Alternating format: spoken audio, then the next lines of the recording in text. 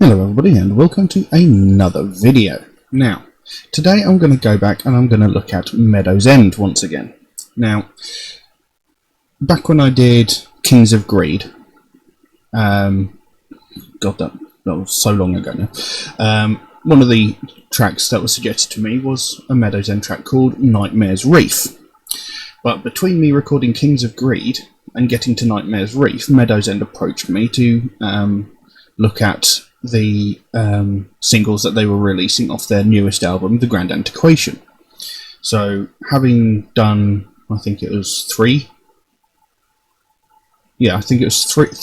tracks off The Grand Antiquation, relatively close together near the beginning of the year, I ended up putting this track off. It's been sitting on my list for quite some time. But now we've come back around to it, because, well, last night, Meadows End released a lyric video for this track, The Nightmare's Reef. And this is because they are bringing out a reissue of the Sojourn album, which this track is from. So, it seemed as good a time as any to go back and revisit Meadows End and to finally get this track done.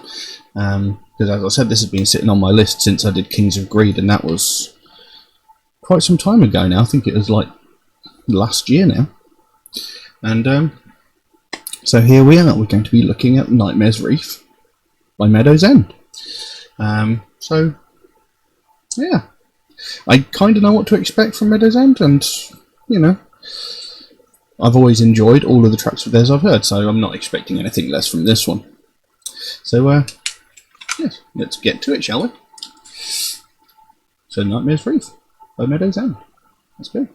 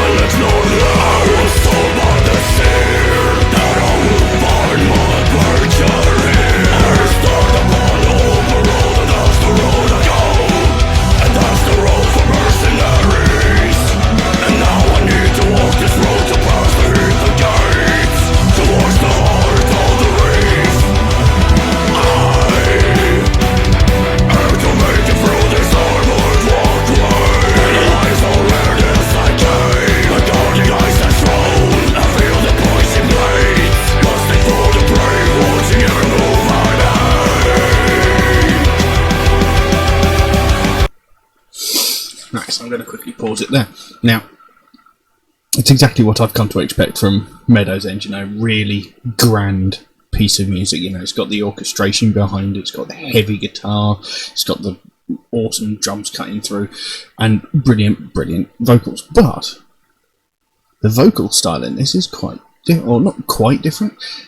There's a slight noticeable difference to this. This sounds like a much earlier song. Now, this is the Sojourn album, which, as I understand it, was the third album they released, because they did The Ode to Quietus and The Sufferwell, and then I think Sojourn came out. I think it's the third one. I could possibly be wrong. And as I understand it, the Sojourn album is made out of singles and EPs that they released way back, because the band's been together for quite some time, but the first album didn't come out until 2010, I think. I could be wrong there. I'm not sure. But, so from what I understand, this is quite possibly a much older track, which is possibly why it sounds different vocally. I mean, obviously they've re-recorded them and remastered them, but the style is slightly different. And so is the actual style of the song. The song itself seems to be a song about a fantasy world, where this adventurer is setting off on a journey to find far off distant lands, possibly dangerous places for something or other. And the lyrics go: I set path towards the dreaded lands up north, destined to find the answers they hide. Time goes by, and the blood from the raven field is lost. The memories are not feasting my mind. Nothing alive can pause my adventurous blood. Travelling far, far to the east, feeling the breeze from the sea. Such unexplored lands, I was told by the seer that I will find my adventure here. So it sounds like this adventurer, this protagonist, as it were, has been told his destiny is to travel these lands to find something. He will find what he's looking for along this road. He's told, by some mystic he was told this. So that's what it seems. I stand upon an open road, and that's the road I go. That's the road for mercenaries. And now I need to walk this road to pass the heathen gates towards the heart of the reef. I am to make it through this armoured walkway, penalised already as I came. By guarding eyes I stroll, I feel the pointing blades lusting for their prey, watching every move I make. So again, he's continuing on his journey by himself, by the sounds of things. It says, I stand upon an open road, and that's the road I go. That's the road for mercenaries. So he's a mercenary soldier, apparently, possibly been sent on a mission. I'm not sure. It says he needs to pass the gates to get towards the heart of the reef, the Nightmare's Reef, as is titled by the song. And it says there, I am to make it through this armoured walkway, penalised already as I came. By guarding eyes I stroll, I feel the pointing blades lusting for their prey, watching every move they make. So he's walking through this walkway, he's going through this valley or something, and he knows he is being watched, and he knows that these people that are watching him want to kill him, want to attack him. Or so it seems. So, it seems to be telling an interesting little story. Let's carry on and see where it goes.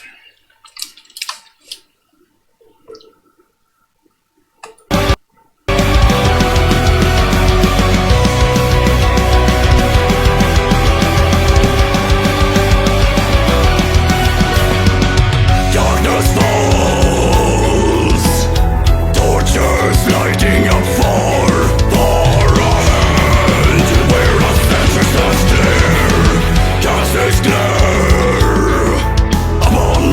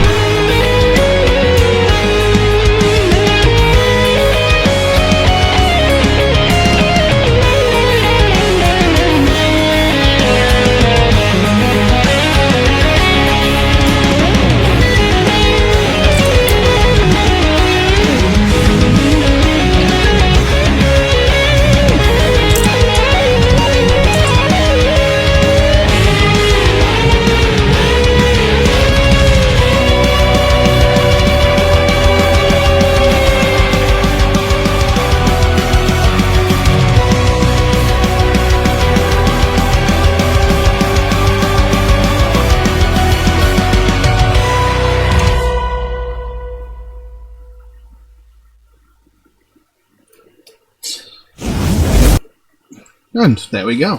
Nightmare's Reef by Meadows End.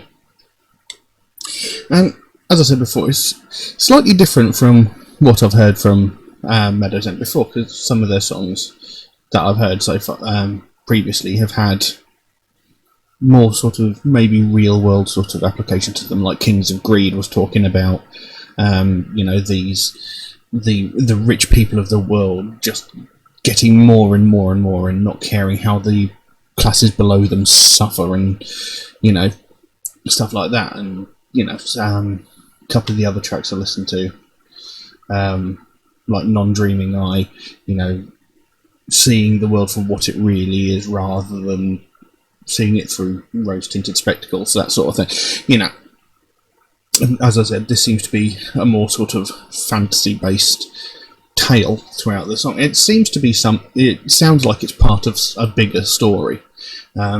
So, yeah. As the song carried on, it said, "Darkness falls, torches lighting up far ahead where a sentry stands clear, casts his glare upon me, reveals his view of life, a dark atrocity. A sudden change, an alteration of the wind as the sentry now moves towards me, questions me for my intentions so far east. Take me to thy master, I plead." And then came a bit of sort of spoken word, which was quite hard to make out at times. It says, "Before me lies the heathen land, a land by villains marked. This is the Nightmare's Reef." Then it came back in saying, "I stand upon an open road, and that's the road I go, and that's the road for mercenaries. At last I came to walk this road, to pass the heathen gates, to get to the Nightmare's Reef. Now he leads me towards my prey. So by midnight the gates start to show, on the horizon they grow." And it sort of trails off there. It sounds like there should be a chapter that follows it. So, as I said, it sounds like the story of an adventurer who's been sent off on some quest by this seer that was mentioned earlier, saying your destiny lies this way. And by the sounds of it, he needs to get to Nightmare's Reef to find a specific target who he is supposed to, like, collect a bounty on, or, you know, someone who he's supposed to meet, because there is a line there, "Take me to thy master, I plead." And now where is it? Yeah. "At last I came to walk this road, to pass the heathen gates, to get to the Nightmare's Reef. Now he leads me towards my prey." So, you know, he's been told, you know, you need to go find this person and you need to kill them. So, yeah. Slightly different from the other songs of theirs that I've heard in the actual story contained within the lyrics, but still very, very good. You know, it had the great orchestral sort of moments, and it had the sort of bit of a lull in the music. You know, it sort of went a bit more melodic and, you know, a bit more piano floating in there, but it was still a very, very good track, and I very much enjoyed it. And I'm glad I finally got round to checking it out, because, like I said, it's been on my list for a very long time, and I keep going past it as I'm, you know, when I look through my list to find out what tracks to do next. So, you know, I'm glad I finally got around to doing it. You know, what better time to do it than when they've released the reissue of the video for the reissue of the album. So there we go. Finally got it.